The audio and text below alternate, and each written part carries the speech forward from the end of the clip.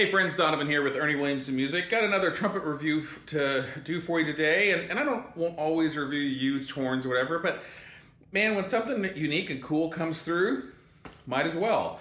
This is a Del Quadro, and I haven't yet reached out to Mike to get his input on it, which I certainly will. But just judging by the appearance and everything else, I think this is one of his earlier horns. Mike Del Quadro, if you're into the trumpet geeky stuff, you probably know who he is, but he's a trumpet builder. Used to be a trumpet repairman that became a builder, started off in Wichita, Kansas, and now lives in Las Vegas. And he's primarily doing building now at this point. Anyway, this is, I think, one of his earlier designs. This was during an era where, I know this is built off like an Olds valve block, mid-60s Olds valve block.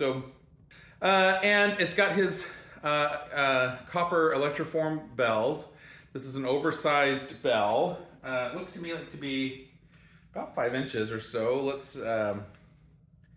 fire up this thing here and figure out what it is. There we go. 5.12 inches. So so it's a nice oversized bell, which I'm kind of a sucker for those. I think these are his electroformed copper bells, which are really nice. Features the copper sheet bracing at this kind of unique angle. This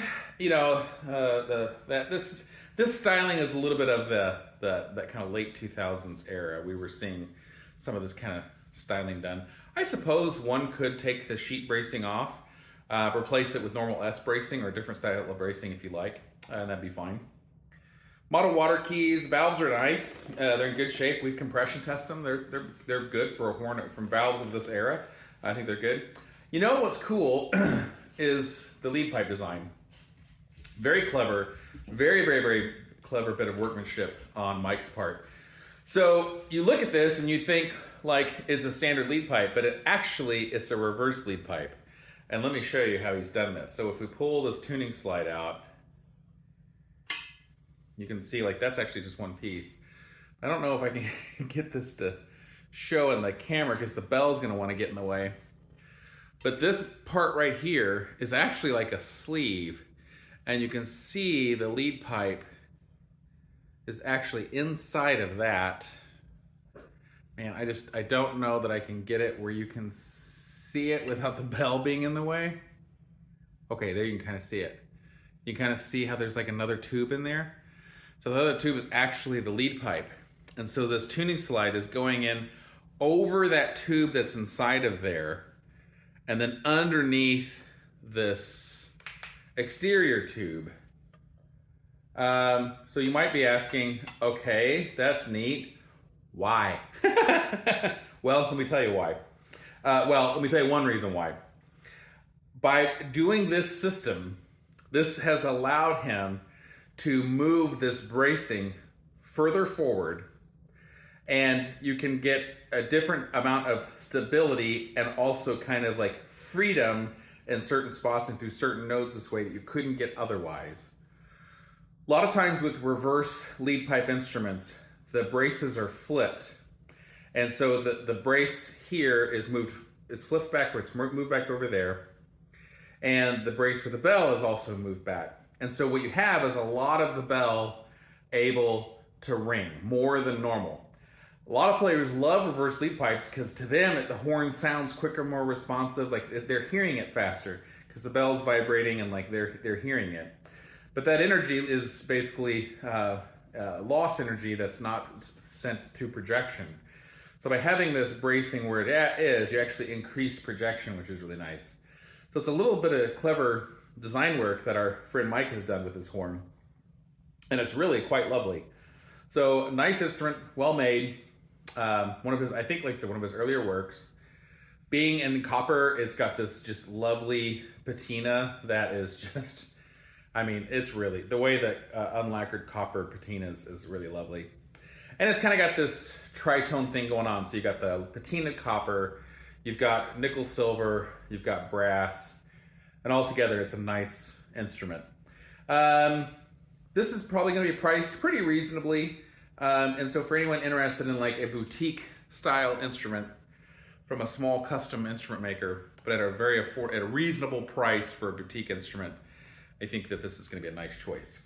Let's hear it a little bit. I don't have anything I can think of to play. I'll give you the normal. I'm not warmed up or whatever. So, but we'll just kind of play.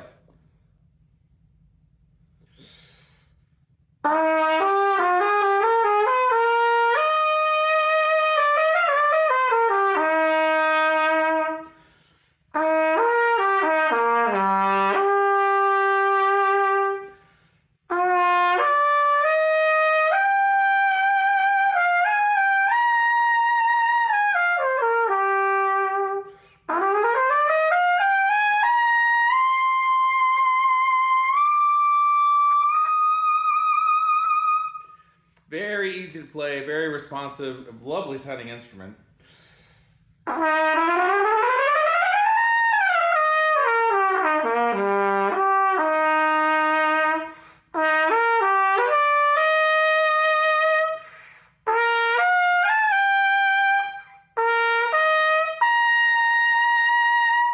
Yeah, up on the upper register, it has a nice warm sound. This is with a B cup mouthpiece, so it's kind of deep. Obviously, as we're going high, it's losing some of the efficiency due to the mouthpiece, which is making it not sound like super bright. I do have a Schilke 6A 4A with me here behind the bar. I haven't played that on this horn. Let's see what a shallow mouthpiece with a tight backboard sounds like.